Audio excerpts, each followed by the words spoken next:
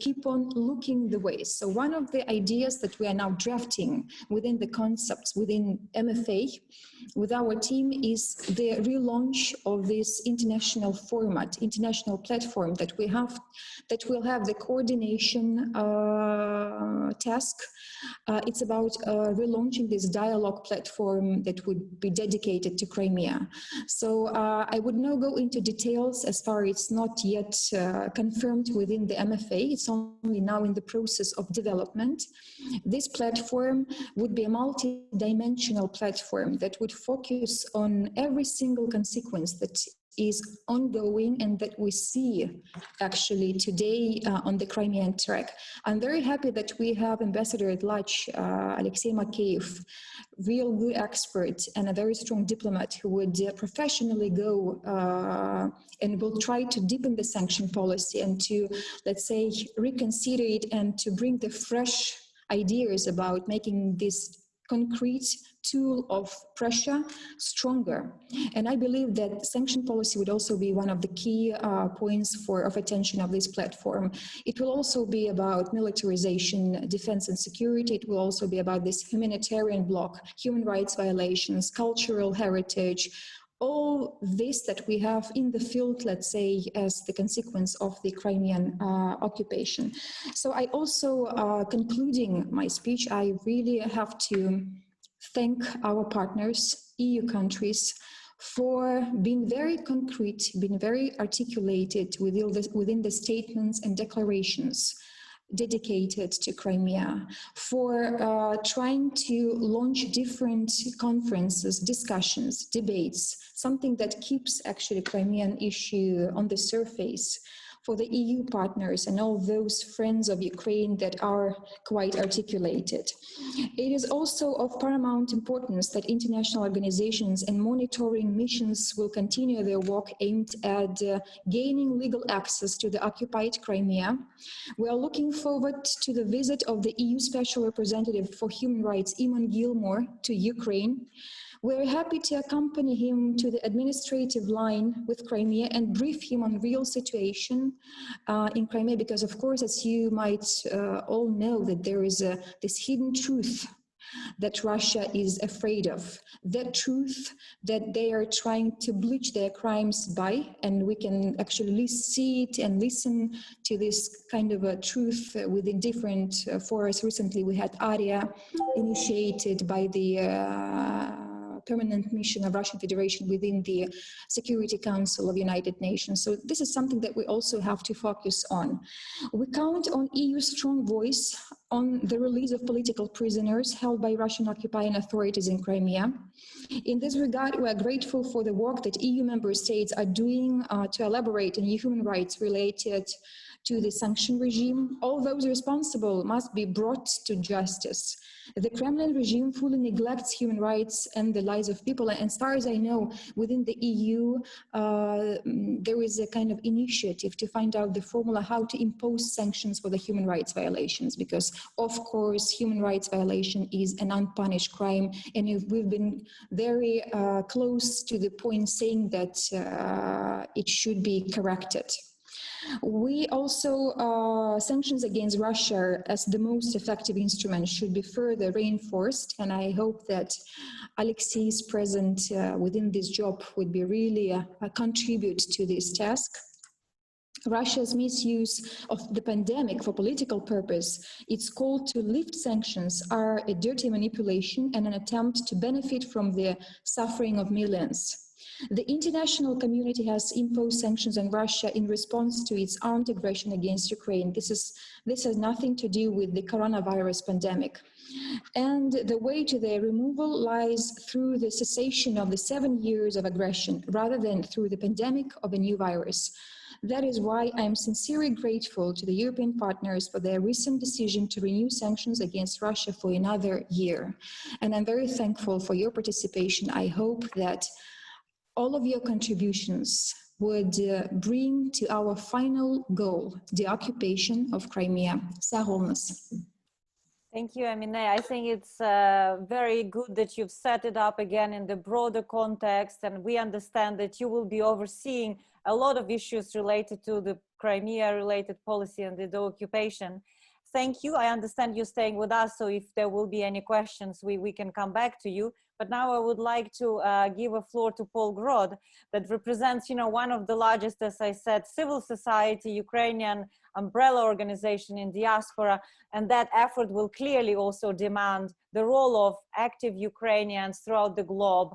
What do they have to offer to the deoccupation of Crimea? Paul. Thank you, Orysia. And first off, allow me to thank the Ministry of Foreign Affairs for their cooperation and their leadership in effectively champion Ukraine's cause globally. And this is an important session. And it falls on a very important date, as Emine mentioned. Today, the Council of Europe did extend sanctions, and we'd like to congratulate and thank the Council of Europe on behalf of the millions of Ukrainians living in Europe today for renewing sanctions for an additional year. This is clearly an important indication, but it's also, we have to ensure that the world understands why these sanctions are imposed. So people don't forget that these are sanctions imposed for clear violations of international law, for using military force against a European country. But we also need to focus on the need to ratchet up these sanctions and the need and to emphasize the growing human rights violations, violations of international law, like issuing illegal passports, and the development of further infrastructure to connect Russia to Crimea. These are all very important themes we cannot forget. What I'd really like to focus on today very briefly is the role of civil society in developing and implementing this roadmap to the occupation of Crimea. And I'm glad we are talking about this as a roadmap, because that is very important. Unfortunately, I think very many international players, including international organizations, have almost given up, and we can't let that happen. Have almost said that, well, let's not talk about Crimea right now. Let's focus on the war in occupied territories of Donbass. And I don't think it's an either or. And we have to be very, very careful as both the international community from a government or multi-government perspective, but also from civil society, to emphasize that it's not either or, and that Crimea can never be a bargaining chip in these international games that Russia is playing.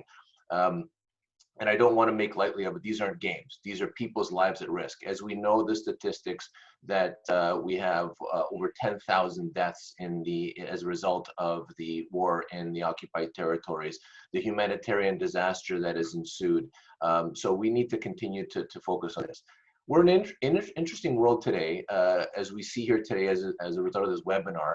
This is international relations 2.0, and this is we are certainly trying to adapt to that, and building these coalitions, these partnerships, and creating strategies and synergies are very important here. What we also want to emphasize here is it's incredibly important that we speak clearly. Our language needs to be unequivocal, that this was a Russian violation of international law, that this is Russia's military aggression against a sovereign European country, which is ongoing today. It's important that we recognize that this is a clear violation of Ukraine's sovereignty and territorial integrity, and that Russia continues to violate its obligations under international law. And when it comes to Russia's trying to whitewash its history, whitewash its current activities, such as the commemoration of the 75th anniversary of the end of the Second World War, we need a civil society to emphasize to the leaders around the world, in particular in Europe, that they cannot participate and they must continue to isolate Russia until they actually attempt to try to resolve the breaches that they've occurred, and to end the ongoing bloody war in eastern Ukraine. And again, it's our role as civil society, working together with the Ministry of Foreign Affairs of Ukraine and other NGOs around the world, to ensure that the world not only knows about, but is continuously reminded about these ongoing violations. So in terms of public diplomacy, what are we focusing on? Number one is, as I mentioned, we can't let the world forget that Crimea is Ukraine. So we've been building a broad network of NGOs and think tanks around the world, and continuing to have these types of dialogues, engaging with civil society leaders and politicians around the world. We work very closely with the Crimean Tatar communities. And in fact, just a couple of weeks ago, we held at the anniversary of the Crimean Tatar genocide committed by Stalin during the Second World War, we held a commemoration event. We built coalitions with our partners in the Eastern European and Baltic communities. And we've started to implement effective public diplomacy campaigns to spread the message about the realities in occupied Crimea, because this isn't just up to the government of Ukraine. This isn't just up to the Ministry of Foreign Affairs. It's up to the global community to stand up for these violations. And for the people today in Crimea, many of us have met those that have fled as refugees from Crimea, whether they be Crimean Tatars, Ukrainian, ethnic Ukrainians, ethnic Russians, or others. And there are many examples of that. And we can't also forget, we need to remind the world that Crimea is today a police state, that there is no rule of law in Crimea today. We see many civil activists, journalists that are continuously snatched and put in Russian prisons. Oleksii being one of the more prominent of those who was recently released. This blatant disregard for international law is key. So I think it's incumbent upon us as civil society to continue to emphasize and highlight the various human rights violations and the continuing militarization in Crimea. And there are many steps that Russia continues to take to prevent the world from observing Russia's slide to a police state, including the banning of any international monitoring of human rights, whether it be in Crimea or, quite frankly, in the occupied territories in the Donbass. And so this is again the emphasis that we need to focus on. So as civil society, we will continue to focus on these human rights violations, but we also need to focus on how do we convince the world that this is something that is achievable, because that's the risk that we face, where the international community says, well, you know, this is not going to happen in our lifetime. I frankly strongly disagree. And it's something that when we see a regime change in Moscow, in Russia, we have a very good opportunity to have a return of Crimea to Ukraine. We can never throttle back the pressure. We need to ensure that the public discourse stays very strong. And again, as I mentioned earlier, we can never allow Crimea to be a bargaining chip. And what's really key is we need to be, as I mentioned, unequivocal in our language. And this has to come not just from those around this table, not just from the Ministry of Foreign Affairs and from the Ukrainian World Congress and from European politicians, but also from the President and government of Ukraine. There needs to be a continual emphasis that Crimea is occupied, and we can't continue to be afraid of offending Putin and offending the regime in Moscow because we have other intentions in place. We need to be very clear and unequivocal. So in conclusion, I hope that today's discussion will help us explore the key elements of a path to deoccupation. We know that there are no quick solutions, but a clear strategy and an international coalition of support, synergies of governments and civil society are key to all of this. So thank you to all our friends around the world.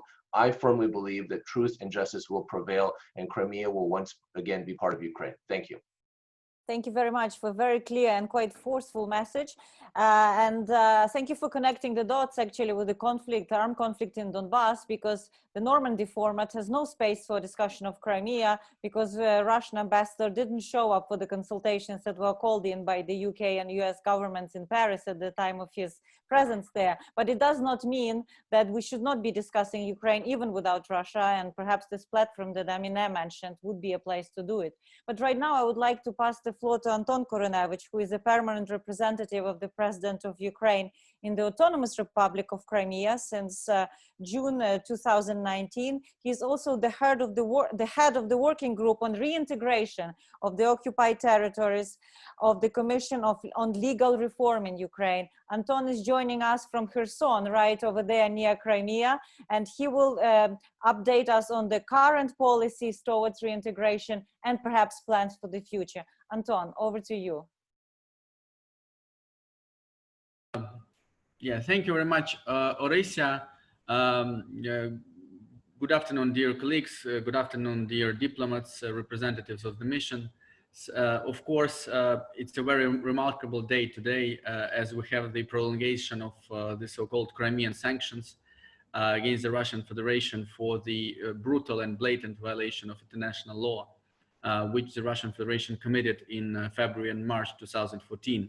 And of course is continuing to commit now as this aggression is still ongoing, of course, and the occupation is still ongoing.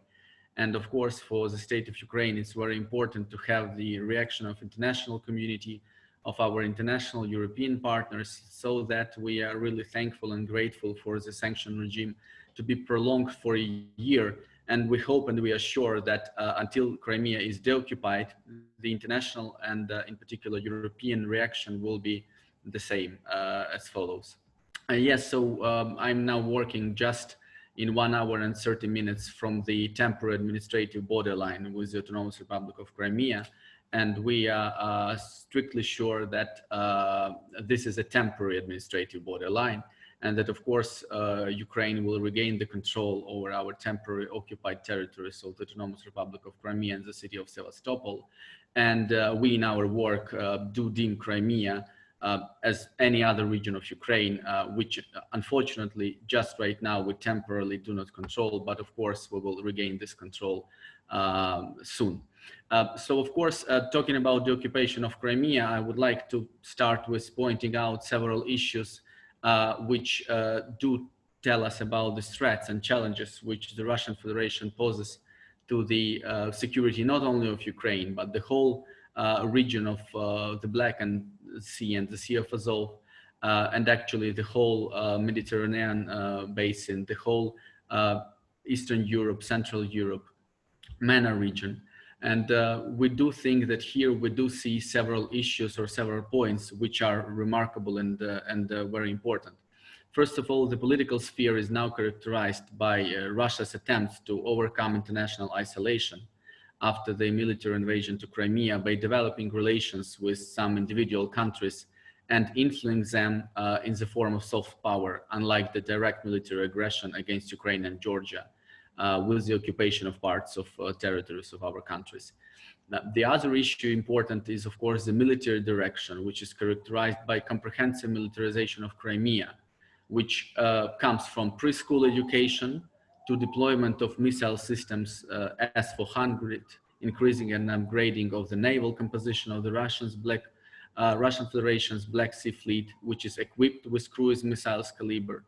The Russian Federation uses our Ukrainian peninsula as the main logistical base for Russian military operations in the Middle East, the increase in naval exercises and closure of maritime areas, including the exclusive maritime economic zone of Ukraine around the occupied Crimea. The international legal sphere has been marked by the termination of the recognition of the powers of the International Fact-Finding Commission under Additional Protocol 1 to the Geneva Conventions, promotion by the Kremlin of Crimean collaborators abroad and involvement of pro-Russian foreigners into activities on the peninsula, forced naturalization of the Crimean residents by the Russian Federation, and deprivation of property rights of Ukrainian citizens and foreigners on the peninsula. And also the economic direction is characterized by the creation of artificial obstacles to free commercial navigation and endanger maritime transport in the Kerch Strait and the Sea of Azov as a result of the illegal construction of the so-called Crimean Bridge by the Russian Federation, the involvement of foreign vessels into the illegal marine commercial transportation to the Crimean closed ports, increasing gas supplies via Black Sea, which creates an environmental hazard at the Black Sea depths saturated with hydrogen sulfide. And seeing these all problems and threats and challenges, which I'm sure my colleagues will also talk about in detail today. Of course, for Ukraine, it's very important to talk about the deoccupation of Crimea and reintegration of the population, which is now there, who of course are all Ukrainian citizens. And these concepts of deoccupation of territory and reintegration of population of our Ukrainian citizens is very important. Now it's the 7th year of the temporary occupation of Crimea has started, and this strategy on deoccupation and reintegration has not been worked out yet. So of course, we do deem that since we still have the temporary occupation of our sovereign territory, the state, the government does need to have the strategy on the occupation and reintegration. Now, this is a big piece of work of which we are now working in conjunction and together with other colleagues from other state bodies like the Ministry for Foreign Affairs, the Ministry of Reintegration of Temporarily Occupied Territories, the National Defense and Security Council of Ukraine, and others. And we do deem that sooner or later, better sooner, we need to have this strategy worked out. And of course, this strategy needs to have some, I would say, public part, which would be open for public, for our Ukrainian citizens from both government-controlled territories and both temporarily occupied territories, for our citizens to see that the state of Ukraine, the government, does care about them, does care about the territory, and we really want to live all together under the control of Ukrainian government. So that is why we do hope that sooner or later we will have this strategy worked out, and of course public will be able to see this. Another issue which is important when we talk about the occupation and reintegration of our temporarily occupied territories and the population who live there, is the national transitional justice model for Ukraine. We are sure that transitional justice is one of key answers to the question of the occupation. Actually, we do believe that transitional justice model can be a big part of strategy for the occupation and reintegration, as it can provide the answers to the questions what will be when Ukraine will regain control over its temporarily occupied territories. And it's very important for us to talk about transitional justice model for Ukraine, both for Donbass and Crimea. So in this case, there is no difference. We do have the international armed conflict, which was caused by the military aggression of the Russian Federation. We do have the temporarily occupied territories in Donbass and in Crimea. So that these both parts of territories of Ukraine need to be included into the national transitional justice model for Ukraine. We are working on this model since August 2019, but this model was being worked out even before by the expert society, international experts, national experts. And I hope that we will soon be ready to finalize this job and to submit this national transitional justice model for Ukraine in the form of a concept for the adoption to the Office of the President and other governmental bodies of Ukraine.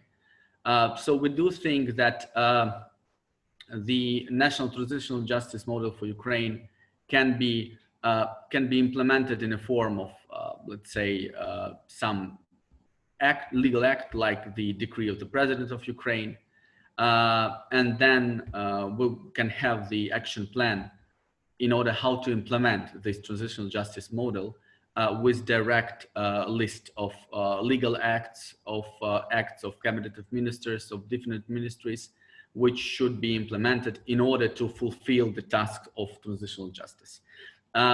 Finalizing this part, I would only say that the work on transitional justice model for Ukraine is being done again in conjunction with state bodies and in conjunction with civil society, of which Mr. Grod was talking. It's very important in this sphere, of the occupation and transitional justice. We need to get all the stakeholders work together in order to reach results. So that is why even our working group, of which Orisia was talking, working group on reintegration of temporarily occupied territories, which is a part of the Commission on Legal Reform under the President of Ukraine. The composition of this working group encompasses academics, government officials, representatives of law enforcement agencies, and civil society. So that we do believe that expertise from all these fields is very important when we talk about transitional justice. Another issue which I want also to emphasize is that while we still didn't regain the control over our temporarily occupied territories, it is very important to do something for Ukrainian citizens who reside there. The good example is the renovation of the crossing points on the temporary border line. I know Mr. Nadjos was there together with European colleagues, and I'm sure that the difference between the things which were there at place in 2014 and now is really huge. And this is all done for the benefit of our citizens.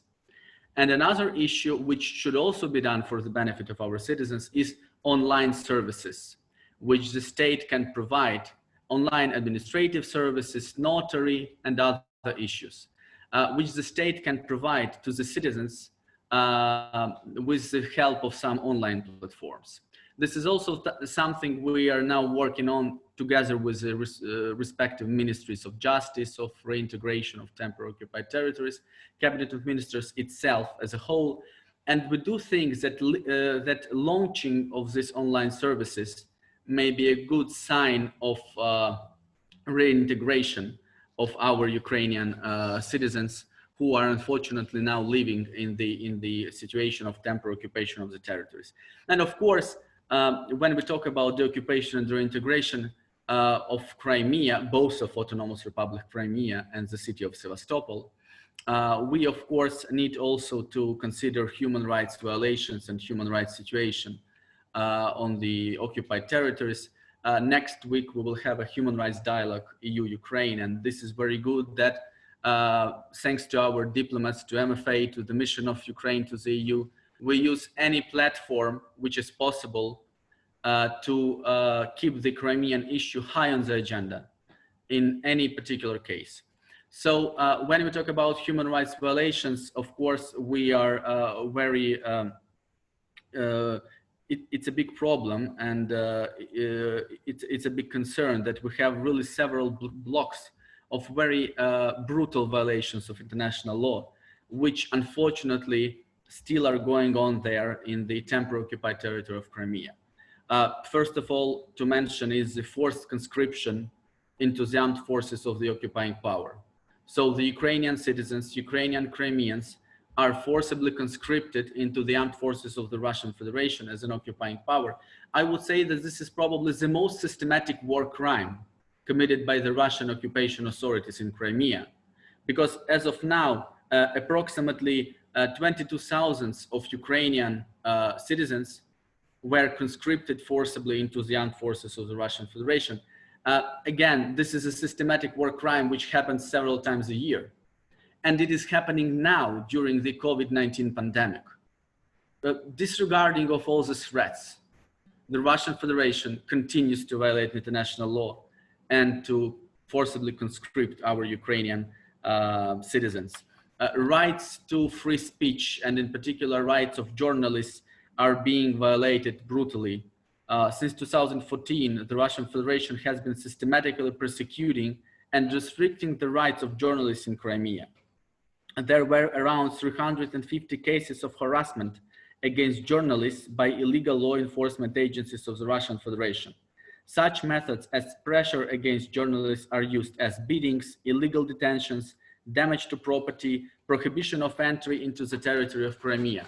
So the Russian Federation tries to use any particular possibility not to let freedom of speech and freedom of professional journalism be there in Crimea. And that is why in this situation, the very important issue is to have the civil journalism, the journalism which is provided for by the civil activists, in particular by the great platforms like Crimean Solidarity. This is something which is really the, the voice of truth from the occupied territories. Of course, the very big problem is militarization of education. Militarization of education starts at preschool and kindergartens, then proceed in high schools, and then go up to the army. The so-called military patriotic movement, UN Army, is a big problem. Crim Patriot Centers, so the specially organized organizations which are established and which are used in order to militarize our Ukrainian Crimean kids. And this is a big strategical goal for the Russian Federation as an occupying power, in order to change the national identity of Ukrainians, Crimean Tatars, in order to make them so-called new Soviet citizen, who will not remember the traditions, religion, any other issues, who will deem that they are part of this big UN army and big new USSR in the form of the Russian Federation. Of course, this is something appalling, and we do believe that militarization of education, and in particular propaganda of warfare, propaganda of war, may be deemed as a war crime committed by the Russian Federation in our Ukrainian Crimea. One of the biggest concerns for us now, and we are talking about this on an international platform, is the new, how we call it, colonization of Crimea. Of course, when we talk about colonization of Crimea, we are talking about changes in the demographic composition of the population in Crimea. The Russian Federation implements a comprehensive policy aimed at changing the composition of the population in the temporarily occupied Crimea. What do? They displace from the territory of Crimea of persons who are perceived by the occupying power as a threat to further occupation and control of the territory. Ukrainian and Crimean Tatar activists, journalists, public figures, and others who do not recognize the attempted annexation of Crimea, the temporary occupation of Crimea, are just set out from the peninsula. They also facilitate the illegal transfer of citizens of the Russian Federation to the territory of the occupied Crimea. And these are military personnel and their family members, law enforcement officials, government officials, etc. By this, the occupying power increases the proportion of the population loyal to the occupying power. Moreover, Russian Federation transfers Ukrainian citizens from Crimea to permanent residence in the territories of the Russian Federation, in particular, former law enforcement officers of Ukraine. And we do believe that now at least 300,000 of citizens of the Russian Federation were moved from the territory of the Russian Federation to the temporarily occupied Crimea. The big issue is also the forced naturalization of Ukrainian citizens of Crimea.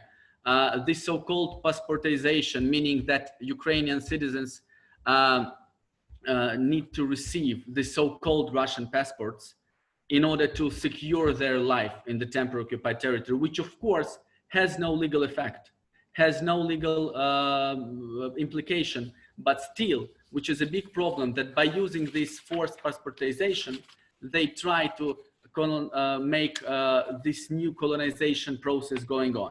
And of course, when talking about human rights violations in Crimea, we should of course talk in particular about the violations against the Crimean Tatars, the indigenous people of Crimea.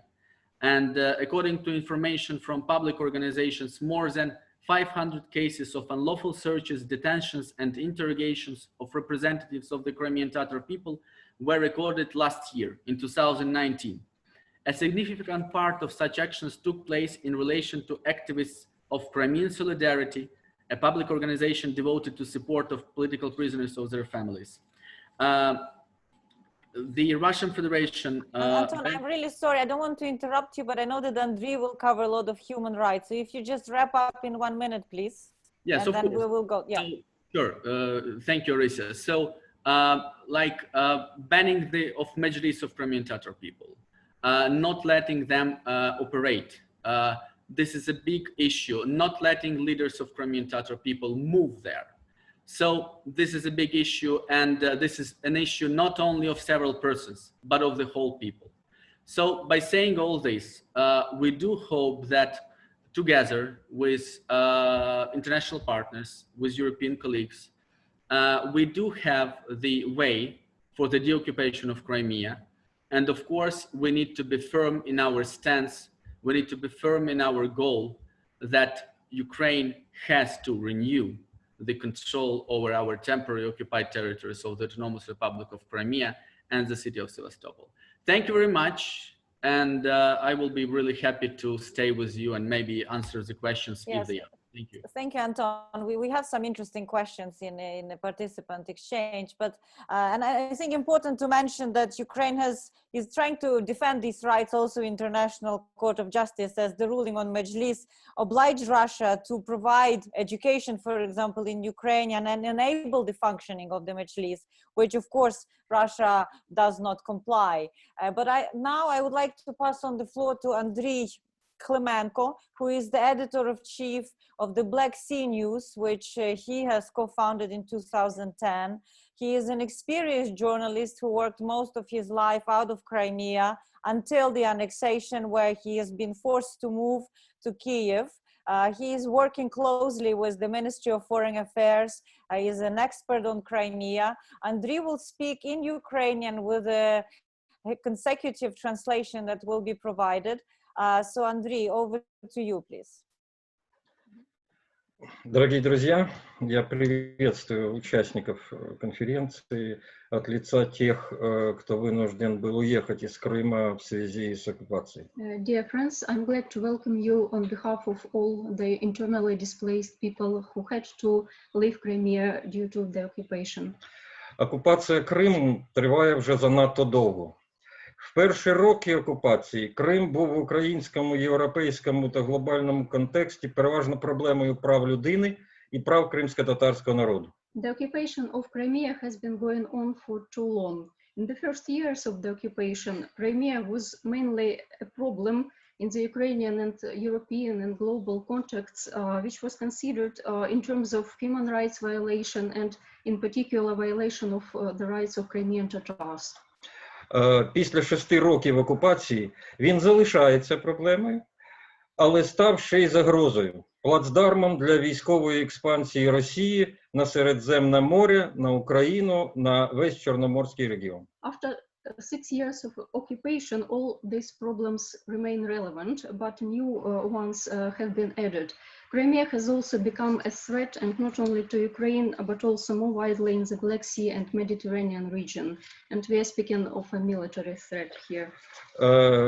Перш ніж перейти до моїх пропозицій, я хочу сказати про те найважливіше, про що дуже часто мовчать. Всі мовчать. Before moving on to my proposals, I would like to mention an important point, which is not often mentioned by other speakers.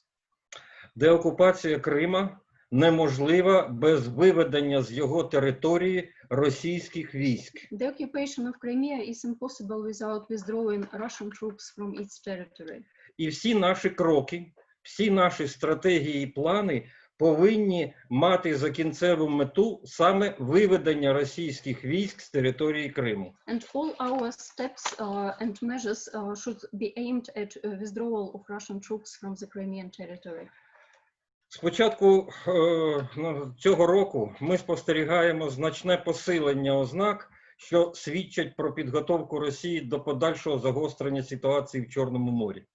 Since the beginning of this year, there have been increasing signs of Russia's preparation for further aggression in the Black Sea region. Ми майже впевнені, що Азовська криза відома, це було тільки тренування. We are almost sure that notoriously famous Azov crisis was only the preparation and exercise, so-called.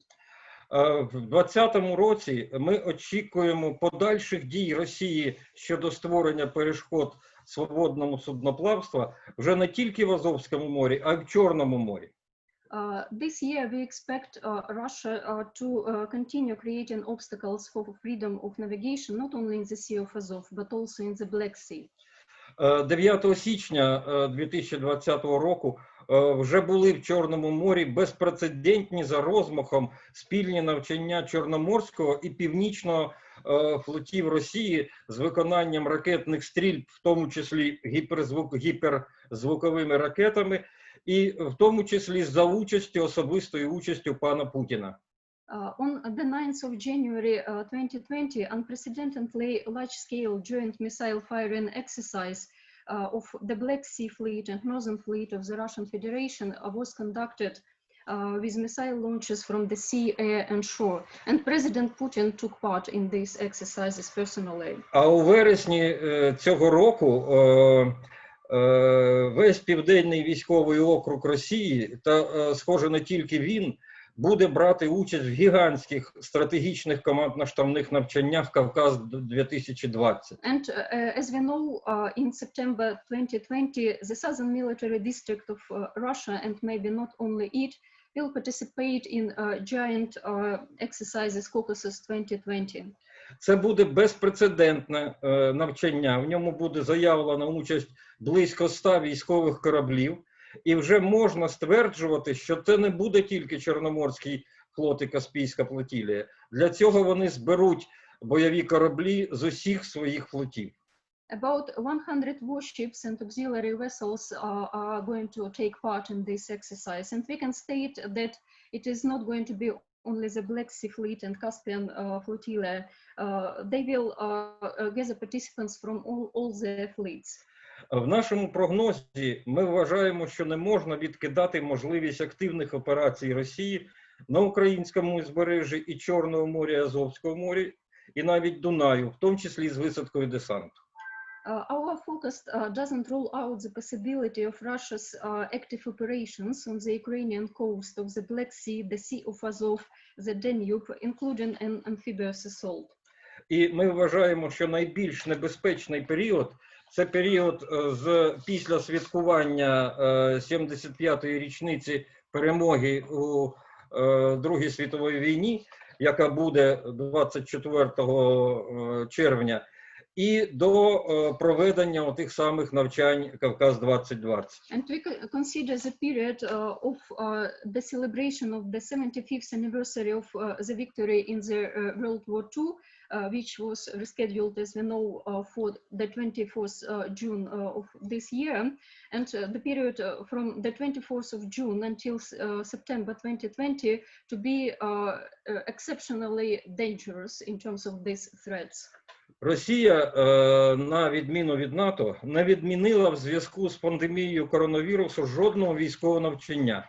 Unlike NATO, Russia hasn't cancelled any military exercises due to the coronavirus pandemic. А при цьому НАТО майже втричі із-за пандемії скоротила кількість візитів своїх кораблів до Чорного моря в 2020 році. At the same time, due to the pandemic, NATO has cut almost to a third the number of visits of its ships to the Black Sea this year. Новий фактор – це газова нафтова криза, яка кожного дня робить Росію слабкішою. Another important factor is the oil and gas crisis, which is making Russia weaker day by day. Але при цьому росіяни жодної копійки не взяли з військових видатків. In spite of this fact, Russians haven't cut their military expenses at all. Ми всі знаємо, що рейтинг Путіна став сипатись. We also know that Putin's approval rating has begun to drop. Росія не може не розуміти, що під час цієї ситуації Путіну потрібні нові активні дії і маленька переможна війна, можливо, у Чорному морі. And the Russians understand that at the background of this situation, they need to take some decisive actions. That might be a small victorious war in the Black Sea. Мабуть, ви чули, що президентка Грузії нещодавно висловилась з такими ж прогнозами на сторінках Financial Times. And it's not coincidence that the Georgian president has recently raised this issue and made similar forecasts in the Financial Times. Приводом до агресивних дій може бути не тільки вода для Криму, але й будь-який казус беллі, що буде створений під час тих же навчань у Чорному морі. The reason for Russia's aggressive actions can be not only water for the occupied Crimea, but any casus belli which can be created during the Caucasus 2020 exercise. Звичайно, що ці прогнози наші можуть не відбутися. Але вони точно не відбудуться, якщо Україна у всіх своїх обличчях, політичному, дипломатичному, військовому і так далі, буде працювати разом з своїми партнерами на випередження. Of course, these are only forecasts, and they may not come true if Ukraine, in all the fields, military, political, public, diplomatic, is proactive and works together with its partners to prevent these things. Наша експертна група, морська експертна платформа, вважає, що пакет дій на випередження має включати 3 основних блоки. Our maritime expert platform has designed 3 main points of such preventive measures. Перше – це оновлений кримський пакет санкцій. The first is the updated Crimean sanctions package. Друге – це політика невизнання анексії Кримського півострова. The second is the policy of non-recognition of the annexation of the Crimean Peninsula. І третє – це пакет дій по стримуванню агресії РФ Росії на Чорному морі. And the third is the package of actions to deter the Russian aggression in the Black Sea. Оновлений кримський пакет санкцій, ми вважаємо, має бути таким. По-перше, необхідно синхронізувати санкції України, Європейського Союзу та Сполучених Штатів Америки і інших країн, що вводили санкції, наприклад, Канади, Австралії і таке інше. In terms of the updated Crimean sanctions package, we believe it is necessary to synchronize the sanctions of Ukraine, the European Union, Great Britain, the United States, Canada and other countries that imposed such sanctions. По-друге, ми пропонуємо запровадити міжнародні секторальні санкції до всього російського суднобудування. Secondly, we propose to impose international sectoral sanctions on Russia's shipbuilding industry as a whole. Тому що тільки ми виявили близько 150 російських військових підприємств, які будують військові кораблі на захоплених в Криму суднобудівельних українських заводах. We have detected 150 Russian enterprises that are involved in building warships in the seized plants in Crimea.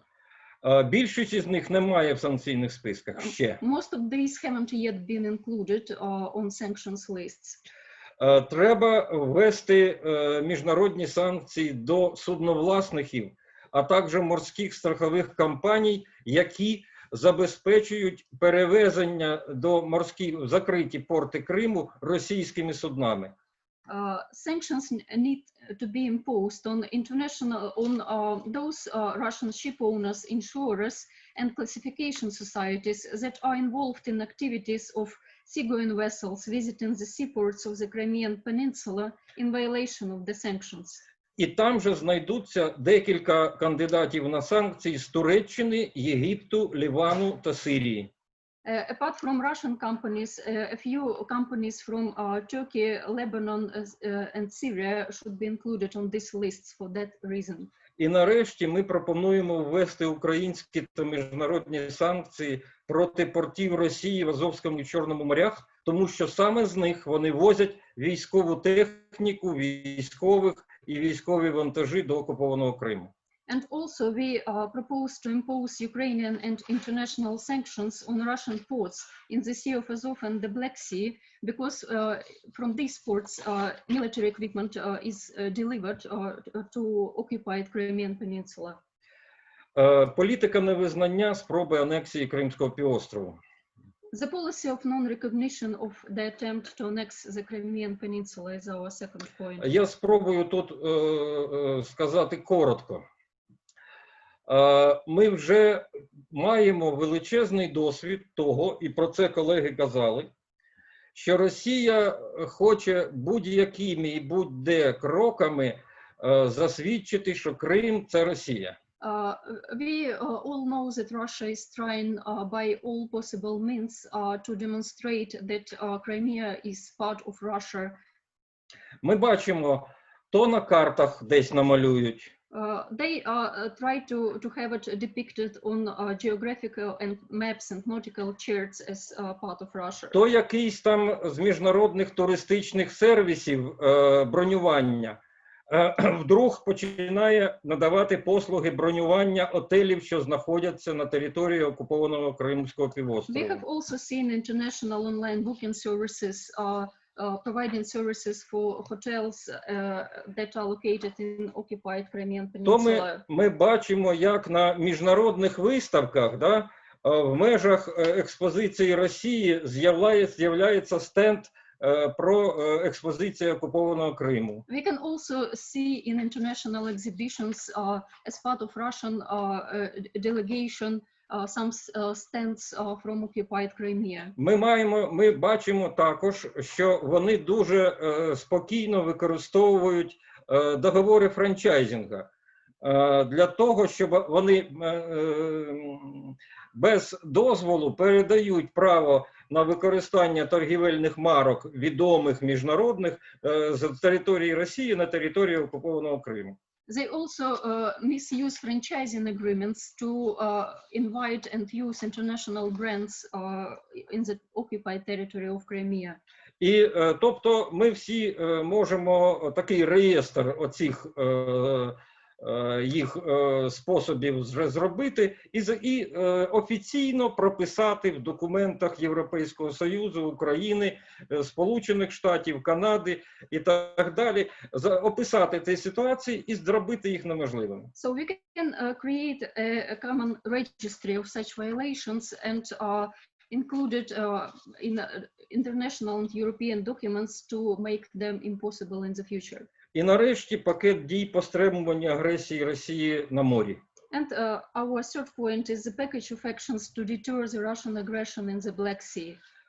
По-перше, наші юристи вважають, що Україна має всі підстави ініціювати встановлення морського кордону з Росією в Чорному, Азовському морях, якого немає досі, за примусовою процедурою, за підтримки світового співтовариства. Our lawyers believe that Ukraine has all the political and legal grounds to establish maritime borders with Russia in the Black Sea and the Sea of Azov, which we do not have yet. Ми маємо прийняти рішення, яке б заборонило плавання всіх без винятку суден, будь-якого судновласника, будь-якого прапору у територіальних водах України навколо окупованого Криму. And we should prohibit the navigation of all vessels, regardless of the country of origin and ship owner, in the 12-mile zone of the territorial sea of Ukraine around the occupied Crimea. Україна має звернутися, на наш погляд, до НАТО і до Сполучених Штатів Америки з пропозицією спільно створити район A2AD в районі військової бази в Румунії в Девеселу, і так, щоб він захоплював північну територію Чорного моря, там, де Одеса, там, де всі українські порти. We believe Ukraine should address NATO and the USA with a proposal to create an A2AD, anti-access and area denial area, in the area between Romanian Deveselu military base and Odessa naval base. І ми вважаємо, що треба звернутися зараз, і ми звертаємося в тому числі як експерти, і до НАТО, і до Сполучених Штатів з пропозицією запровадити постійне патрулювання морського маршруту від Босфору до українських портів Одеси, Миколаєва, Херсону, за допомогою, поки в нас немає сильних військово-морських сил, за допомогою військових кораблів НАТО. Ukraine should also address NATO and the USA with a proposal to introduce naval and air patrols on the main route of merchant ships in the Black Sea from the Bosphorus in the direction of Odessa. Пане Андрію, якщо можна ще хвилинку, щоб закінчити. Я закінчую вже останні речення. І нарешті ми пропонуємо, щоб ЄС і НАТО створили спільний військово-морський формат в Чорному морі, для того, щоб запобігти морським атакам. В Європейському Союзі і в НАТО є дуже величезний досвід таких місій і в Аденській затоці, і в Середземному морі, і таке інше. І тоді б ми мали комплекс заходів всіх цих які б дуже знизили вірогідність військового сценарію у Чорному морі. Дякую. And we also believe that Ukraine should initiate the establishment of a joint naval format in the Black Sea, including NATO, its Black Sea member states and partner countries.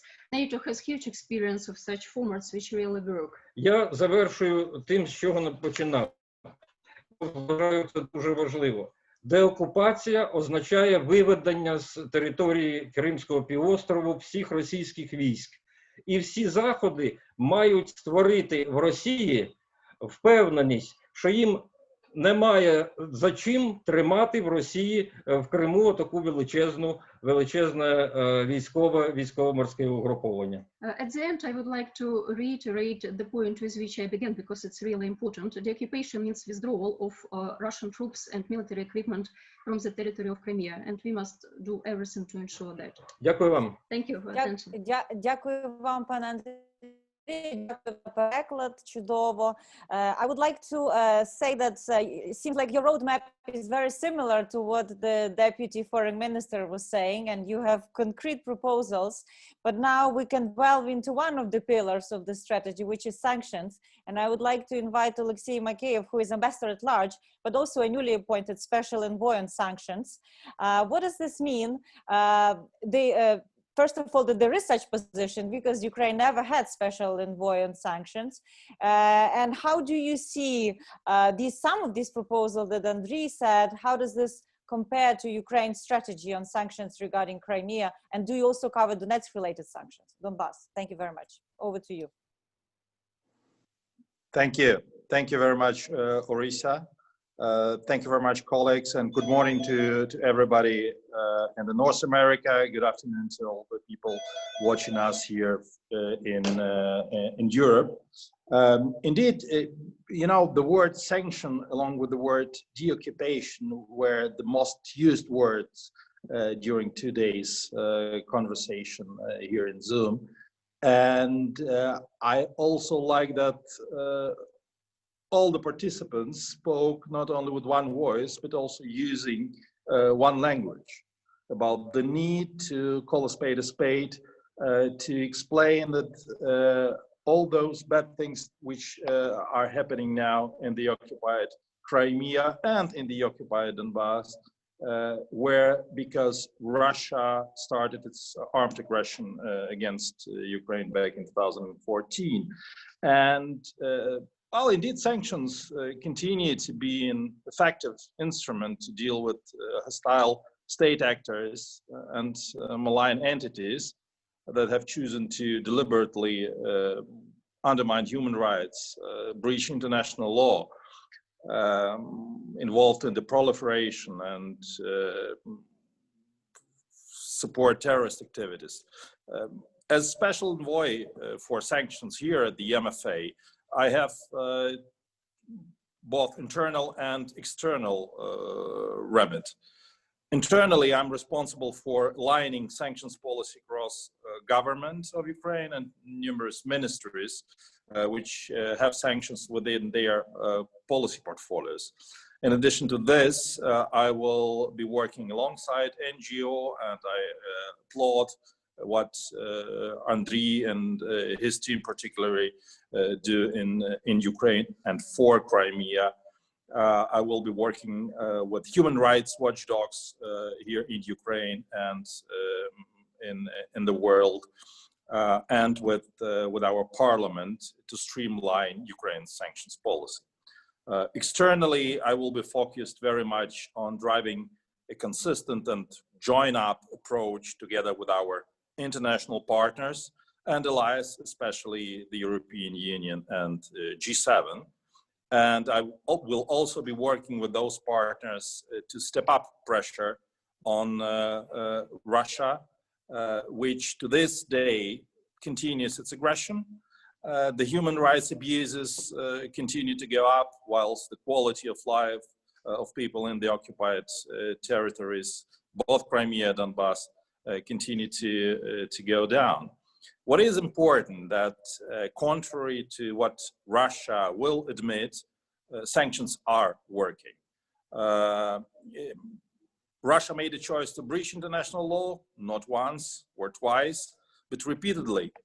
And we have seen Russian malign activities all over the world, the United States and Europe, while interfering into electoral processes.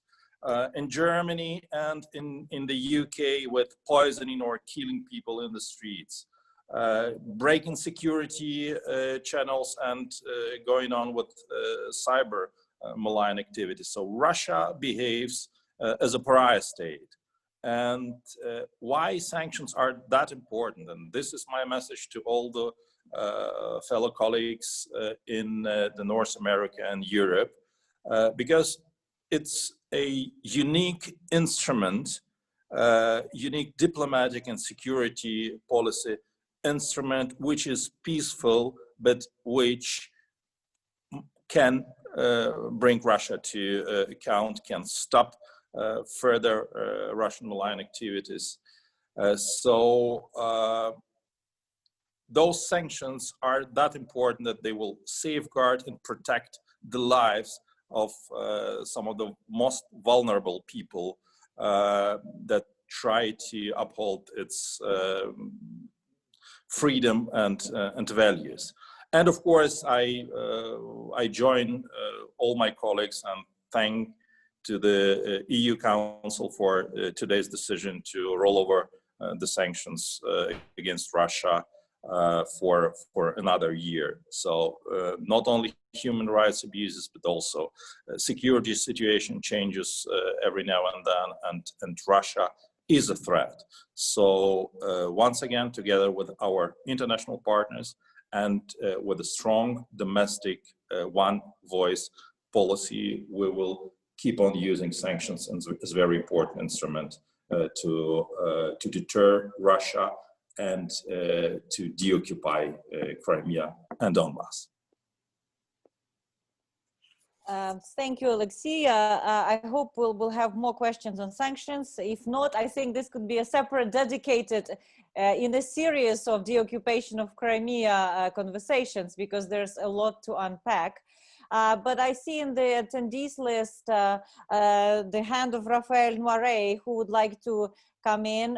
If you could please unmute Rafael, and I would like to pass the floor to him first from our audience. Rafael, can you see us? Yes? Okay. Yes, hello everyone, can you hear me? Yes, we can hear you, but cannot Excellent. see you. Well, it's okay. What I have to say is the most important. Okay. I'll be very brief and let more prominent interventions afterwards. Just a few lines to reiterate that the EU non-recognition policy of the illegal annexation of Crimea is here to stay, and in the recent months, even with the particular diplomatic agenda we've had, we've been very vocal on the issue with numerous statements and declarations, the most prominent one being the HRVP declaration on behalf of the EU member states that reiterated our position. As you have very well mentioned, sectoral sanctions against targeting the Crimean Peninsula have been rolled over today. We also keep our door always open for Ukrainian interlocutors on this topic, with meetings all around the year. I'm very happy in this regard to have already seen in action in Brussels Mr. Korynevych, First Deputy Minister Dzhaparova, for meetings dedicated to the issue that we hold yearly. Mr. Klymenko, also thanks to the European Endowment on Democracy, that was very useful also for member states to be better briefed on this issue on all across the board, be it militarization, human rights abuse, etc. Last year, our political director, Mr. Béliard, also went to the administrative boundary line in a strong show of support. Also, I remember being invited to Kherson with US authorities earlier on. So I would say that our support to Ukraine's sovereignty and territorial integrity has a punitive side, which is sanctions and non-recognition policy that we also enforce and try and keep enforced within member states, but also a more supportive side to Ukraine with support to the affected Azov regions. I was honored to be part of the delegation that visited Mariupol, Berdyansk, and other cities early 2019. And there have been already numerous programs and packages enforced. Hopefully there is more to come on connectivity and other topics. I know that also our colleagues in the support group of Ukraine are working hard on the issue. So rest assured that this wide toolbox is here to stay. And hopefully this message will also be sent loud and clear to a very wide audience at the EU-Ukraine summit early October by our leadership, and hopefully by HRVP when he visits Ukraine, because as you know, the visit was scheduled for the COVID-19 pandemic. So rest assured that these tools are consistently enforced and that we always trying to find new best practices for this to happen. Thank you. Thank you very much, Rafael. It's good to see that united Ukraine and EU stands on these issues, and now that Ukraine has a reinforced team, I think there will be more productive ideas about how to move it forward. And here, actually, one of the questions that comes in the Q&A part of our Zoom from Marina Shagina, who I know personally, she works a lot on Russia-related sanctions and, trying to ponder how to make this regime work better. Is it effective? So she is asking specifically Oleksii Makeiev, what institutional changes can we expect for better monitoring and enforcement of sanctions in light of your new position? Oleksii. Thank you for this question. On the second day in my new capacity, I decided to look in what is going on in the Ministry of Foreign Affairs to streamline our activities in the ministry. But what is important, that different ministries and agencies in Ukraine are dealing with sanctions. And I must be honest with you, our sanction law, which has been adopted by the Verkhovna Rada back in 2014, was only first attempt to shape sanctions policy of Ukraine. And we learned a lot within those years. So one of my ideas is now to coordinate all the efforts of the ministries and agencies, and maybe come to tasking one institution to be responsible for this work. And we have launched the intergovernmental discussion now in Ukraine, and I think within weeks, with participation of the parliament, participation of the NGO and human rights watchdogs, we will start work on amending the legislation so we can be more effective and more productive with different agencies dealing with sanctions policy. So we will be speaking with one voice. I think those changes will be very important for an effective sanctions policy of Ukraine. Thank you, Oleksii. Now I'm moving to another question, and I think I'd like to address it to Anton Korynevych. It's coming actually from Ohio State University, and it's regarding the access to for information from Ukraine to those residing in Crimea, and it's coming from Jeff Trimble, who worked at Radio Free Europe before as a correspondent, and he says the dual problem. One is creation of the content for those living there, for it to be relevant and interesting, because it competes with the Russian state channels that spread toxic disinformation, but also access. you know, because Russia jams the content equally to the occupied Crimea and to the occupied Donbass. So how Ukraine plans to address this issue, or is already addressing it? Anton. Well, thank you for this question. It is very important because, of course, the issue of information and what information and how this information gets to our citizens in Crimea is, of course, very relevant. We in the mission of the President of Ukraine in Crimea, we often have communication with our citizens. So we do have this, you know, link and try to find the real situation there. So in particular regarding the information, first of all, some changes were made. The TV channel for the temporary occupied territories was launched by the government.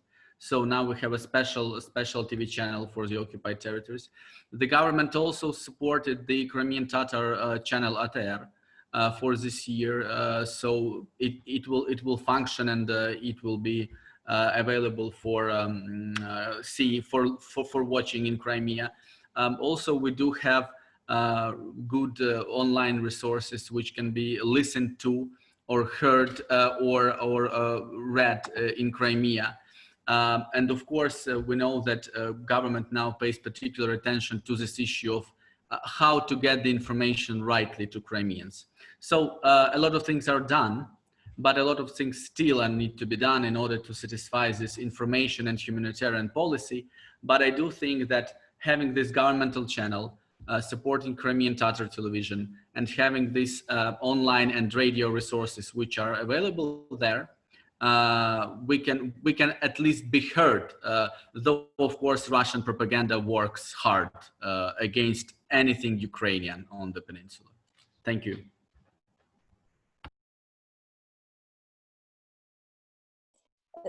Actually, this one is to follow up from the question on the state strategy for the occupation and the role of civil society. Will the public have an opportunity to feed in views, civil society organizations, into this strategy? Because you said it's long overdue.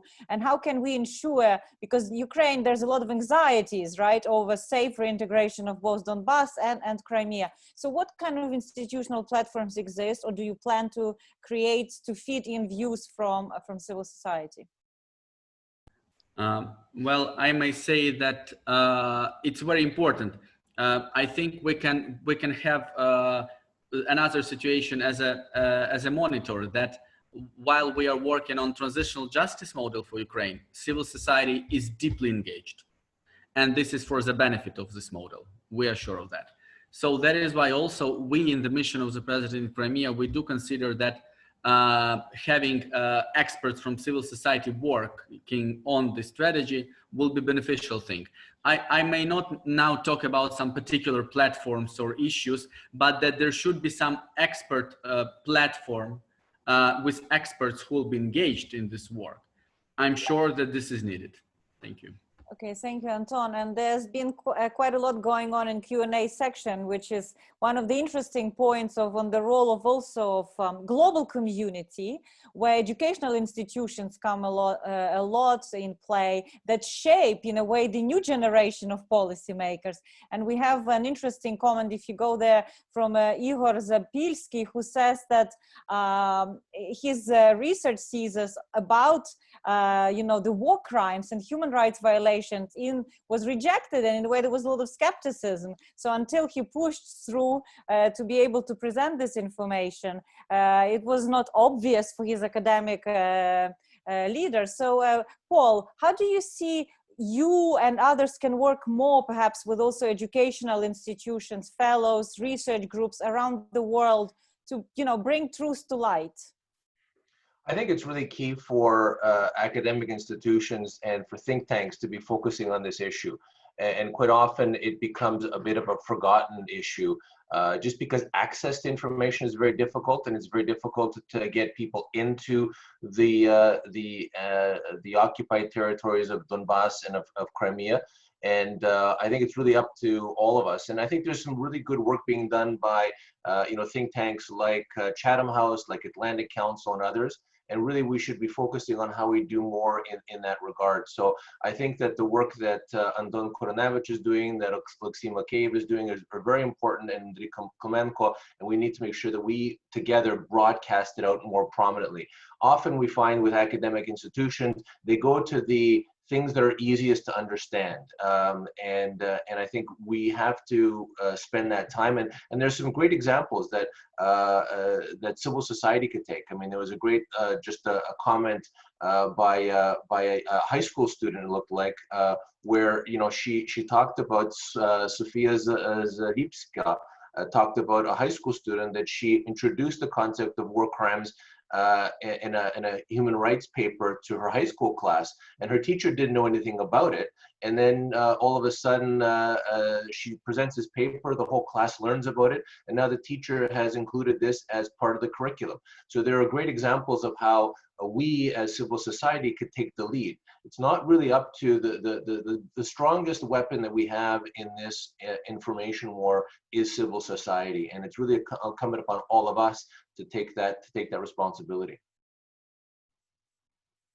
Thank you very much, Paul. And just before we close up, I have another question. It ended up to be from my colleague, Katerina Busol, who actually works out of Chatham House right now for this year. She's Ukrainian international lawyer on transitional justice, something that is little understood both in Ukraine and also how it can be applied to this, unprecedented annexation, but also the armed conflict in Donbass. And she in particular is asking Anton Korynevych to comment on the environmental issues in Crimea. What is being done both domestically in Ukraine and internationally to address the alleged environmental crimes perpetrated there by the occupying power? Anton, over to you. Yeah, thank you very much, and thanks to Katerina for this question.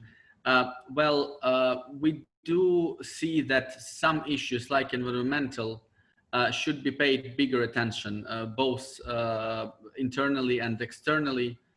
We do work now with our Ukrainian diplomats in New York in particular, in order maybe to somehow enforce this issue on international platforms. Maybe we will have some result sooner or later, but maybe before the end of this year. So this can be part of resolutions of international organizations, of agenda of some international meetings and platforms. And also we are talking now with some experts and NGOs also from abroad to put this issue forward. Of course, we are doing all this in conjunction with our Ukrainian diplomats. So we see that the environment is devastated, and that, for instance, the military bases are being built on the place of forests or secured land in Crimea by the occupying power. So, of course, we are keeping this in mind, and I'm sure that you will see in some time some actions on the part of Ukrainian government here. Excellent. Thank you very much. Ladies and gentlemen, I think I will be wrapping up. We have, in a way, just charted the territory of something that I am sure we can dwell a lot more in detail. And I would like to thank the mission of Ukraine to the European Union and the Ukrainian World Congress for what I hope will be the beginning of the international series of conversations around this issue. Because, I mean, frankly speaking, for Chatham House, it was a tradition to do it in March. Every year we would have an event dedicated to Crimea, but I don't think it's enough. And I agree with you that it's slipping in the agenda. There are not enough international fora where both policymakers and civil society is bringing truth to life, is proposing new ideas, and dispelling this defeatist narrative that Russian Federation would like international community to absorb, that it's a fait accompli, that it has always been Russian. And I think today's event is a testimony to that. There is a new energy, there's a new team, there's a political commitment of Ukrainian state and Ukrainian civil society to deoccupy Crimea. So I would like to thank all of you for joining us. And we had a good crowd both in Zoom and on Facebook. I understand you can share the video from Facebook because it will stay there for a while as with the wider audiences. You can stay in touch with Ukrainian World Congress through the website if you have any particular ideas about how you want to take these initiatives forward. And thank you all the speakers. So I think we will be concluding here and hope to meet next time. Thank you very much, everybody. Thank you.